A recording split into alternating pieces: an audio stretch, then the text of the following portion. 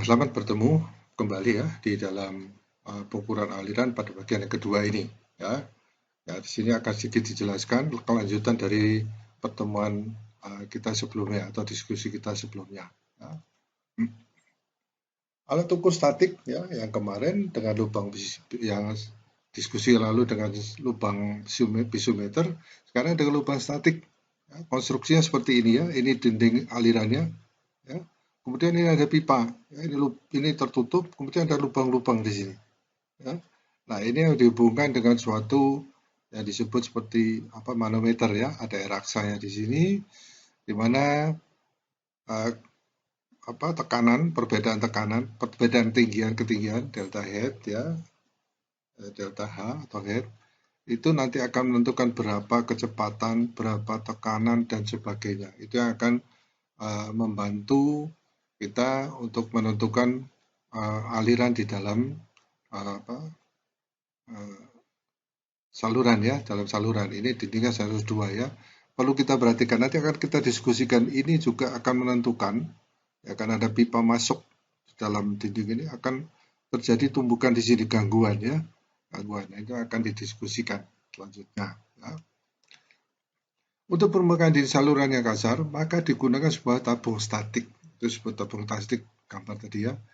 Alat ini terdiri dari sebuah tabung yang diarahkan ke hulu dengan ujungnya tertutup dan mempunyai lubang-lubang radial pada penampang silinder. Aliran diasumsikan bergerak melewati lubang-lubang tersebut seolah-olah tanpa terganggu. Ya, meskipun sebenarnya terdapat gangguan yang disebabkan baik oleh ujung maupun oleh kaki kanan yang tegak lurus terhadap aliran. Artinya kaki yang tertanam pada dinding itu ya, itu pasti terganggu. Tabung statik sebaiknya dikalibrasi, ya, karena dapat menunjukkan bacaan yang mungkin terlalu tinggi atau terlalu rendah. Jika alat tersebut menunjukkan tekanan statik yang benar, maka penyimpangan delta H umumnya sebanding dengan kuadrat kecepatan aliran melewati tabung, yakni ini. Delta H sama dengan C, ini konstanta ini dicari, V kuadrat per 2G. V kuadrat per 2G, kita perlu lihat ini adalah kalau kita dalam hukum kekalan energi yang disebut dengan energi kinetik. Energi karena adanya kecepatan. Harga C ditentukan dengan memasukkan tabung di dalam fluida diam yang tekanan dan kecepatannya diketahui, atau dengan memasangnya di dalam pipa licin yang mempunyai cincin piezometer. Nanti kita lihat cincin piezometer itu apa. Tabung dengan demikian relatif tidak peka terhadap bilangan Reynolds dan terhadap bilangan Mach di bawah 1. Ya, ini berhubungan dengan bilangan Mach dengan kecepatan suara ya. Kesebarisannya terhadap aliran tidak begitu kritis, sehingga untuk ketidaksebarisan menyamping sebesar, ini maksimum ya 15 derajat, hanya diperkirakan kesalahan beberapa persen. Nah, mungkin istilahnya bisa diabaikan. Ya. Lubang piezometer dapat disambung ke alat ukur Bourdon. Nah, tolong nanti mungkin dalam diskusi mendatang apa itu alat ukur Bourdon, ya, manometer, mikrometer, ya, atau transducer elektronik. Ya. Transducer tersebut menghasilkan tegangan elektronik yang bergantung pada perubahan sangat kecil suatu diafragma yang disebabkan oleh perubahan tekanan. Transducer atau peraba dapat berupa alat ukur regangan atau strain gauge ya, dengan rangkaian jembatan Wheatstone atau hasil gerakan sebuah transformator diferensial. Ya. Ini mungkin nanti akan kita diskusikan ya, apa itu transformator diferensial. Kemudian sebuah ruangan kapasitansi atau perilaku piezometrik suatu kristal yang mengalami tegangan. Nah ini banyak disebutkan di sini ya, tapi peralatan-peralatan ini berhubungan dengan akurasi pengukuran ya. Jadi banyak di antara kita peneliti ya, peneliti itu yang diinginkan pada waktu pengukuran aliran tidak terganggu ya, karena aliran kalau terganggu itu pasti mempengaruhi pengukuran. Itu sebabnya ada bermacam-macam cara melakukan sensing ya, sebuah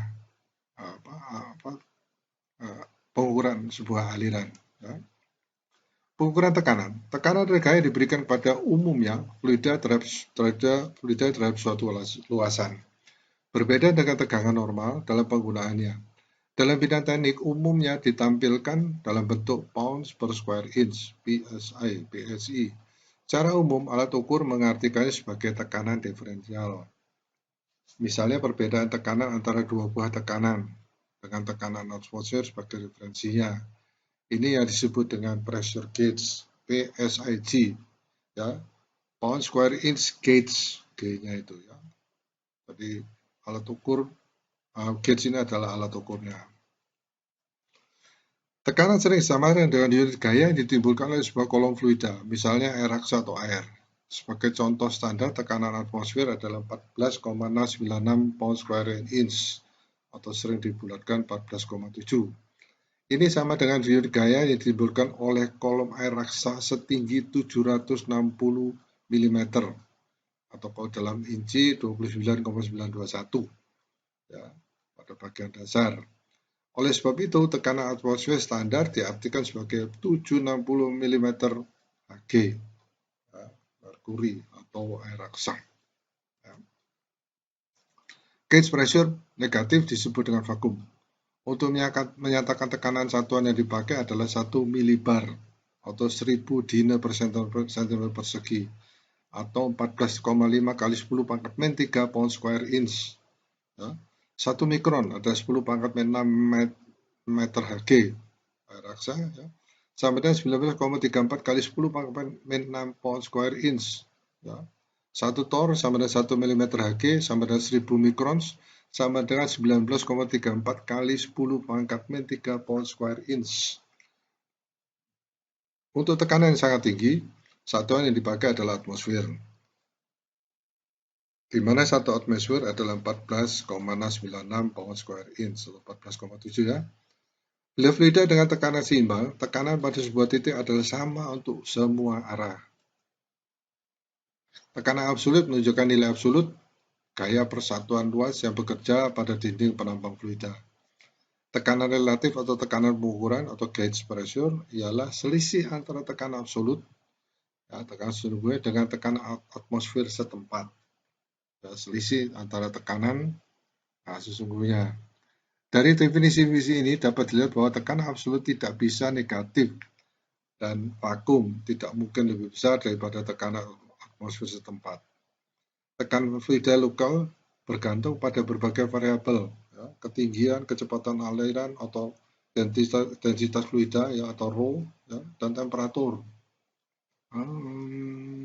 Ini harus ditambahkan lagi mungkin kelembapan ya. Satuan standar SI untuk tekanan adalah Newton per meter persegi ya, atau Pascal. Tekanan fluida terjadi karena pertukaran momentum antara molekul fluida dengan dinding penampung.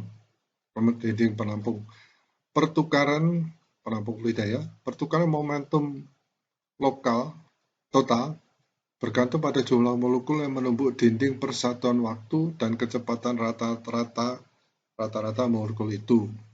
Untuk gas ideal ya, dari teori kinetik dapat dibuktikan bahwa tekanan dapat diberikan oleh P sama dengan sepertiga M W kali V M kuadrat.